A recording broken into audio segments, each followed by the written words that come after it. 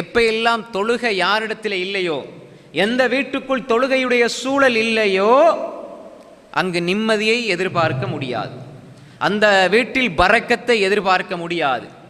தொழுகையை தொழாமல் ஒரு பிள்ளையை நீங்கள் படிக்க வைக்கிறீர்கள் என்றால், சாப்பாடு உணவு கொடுக்கிறீர்கள் என்றால், அந்த பிள்ளை வேணுமென்றே தொழுகையை விடுகிறது.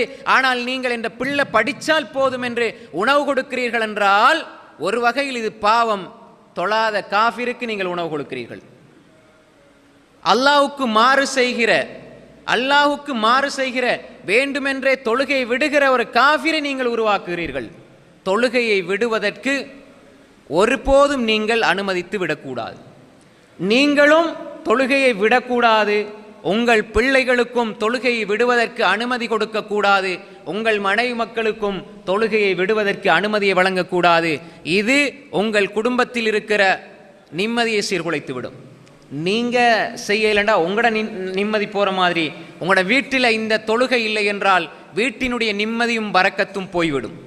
அல்லாஹுடைய அருள் அந்த வீட்டுக்கு இறங்காது, கிடைக்காது.